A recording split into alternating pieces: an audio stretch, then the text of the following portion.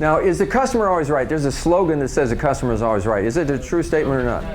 No, it's absolutely not a true statement. Okay. And they tell you this in customer service classes, to try to give you a perspective on things. It says, treat them nicely, we don't want to lose our customers, blah, blah, blah, blah, blah. But the fact is, they're not right.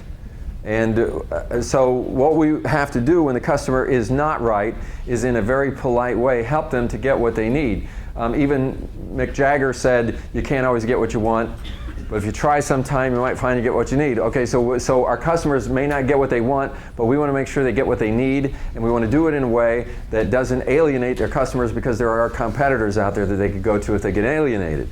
So as we look at this, I mean, they have definite expectations. They always have expectations, right? And so they have expectations about the level of support they want from you, regardless of what your rules and regulations are. Some customers want a lot more. And from what I understand, you do have training available, and what happens sometimes is customers, they've got turnover, and so that now they have people who are not trained.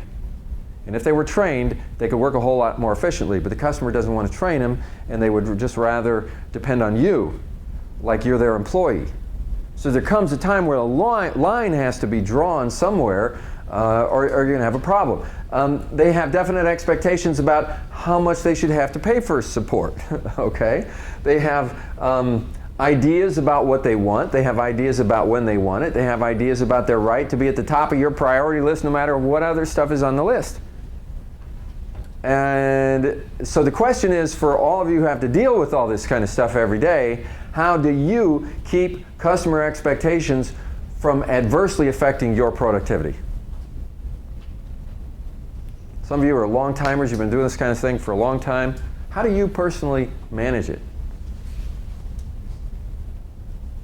There are some customers where you know that if they don't get a response from you within an hour or something like that, that all of a sudden they're going to file one of those criticals that we were talking about.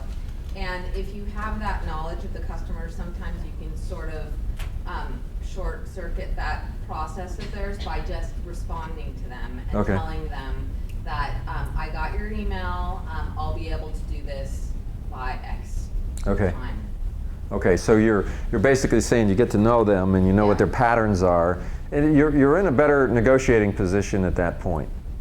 It hasn't gotten escalated. They know that they've got this trump card that they can pull and escalate, critical, and so forth. If you haven't pulled it yet, you can maybe work with them on how much you give them, when, and so forth.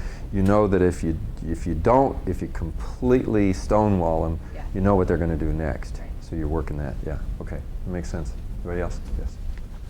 Whenever a new customer comes on board, we have an onboarding call or a kickoff call or something like that. That is, to me, in my opinion, where you start to set those expectations. Yes. These are the types of things that you will get. These are the types of things, and where you can go get them, and that sort of thing. Okay.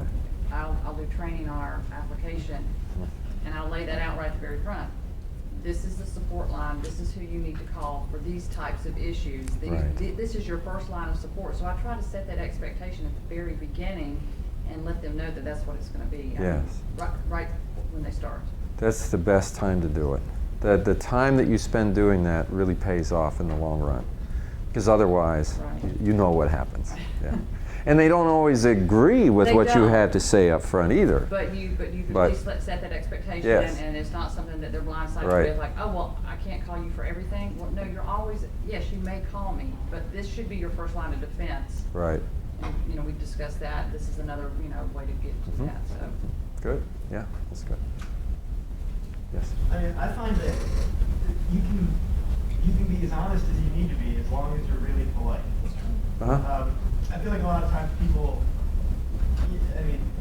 there's always a line that's between politeness and then telling them what they want to hear, even if it's not quite true. I always try and stay, to the one side of that. Be absolutely honest about what your expectations of them are. Yes. Do it in a really polite way. And it'll be pretty hard for them to get mad at you. There might be a negotiation about it, but it won't be, an issue of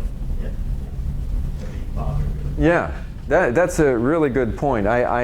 I meet people sometimes who consider themselves to be a really nice person. How many of you consider yourself to be a really nice person? I mean, really nice. Oh, that's so good. I'm glad to see the really nice people here. Okay, so, and sometimes what goes along with that, when you have this self-image, I'm a really nice person. Oh, I don't want to be pushy. You know, I don't want to say something that's going to rock the boat and all that sort of thing. And I like the way you put that. I thought it was really great because you're very polite, you're very respectful in what you're saying, but it is a two-way street. And we do have to set up parameters in terms of how we're going to work together. Does anybody live with a significant other? Okay? Don't you have to do that in your relationship? Sort of have to set some parameters, okay? Hopefully this is somebody that you love. You really care about them. You know, you're living with them. You know, what can happen is we can get really irritated at each other to the degree that you can work things out and talk about them and set boundaries and you know, like if one person thinks that they could just make a huge mess in the kitchen and just walk away and, you know, if we don't talk about it, if you're a nice person, if you consider yourself a nice person, you say, oh, I'm not going to say anything about it. After a while, the relationship is going to start deteriorating. And if you can realize being a nice person is about being able to set up communication so that it works well. And the environment. And you know a lot about what it takes to support a customer. They know less than you do about that. And there are parameters that are set up in terms of what the customer's responsibilities are and all that kind of stuff. You should never be hesitant to let them know, but do it in a polite way.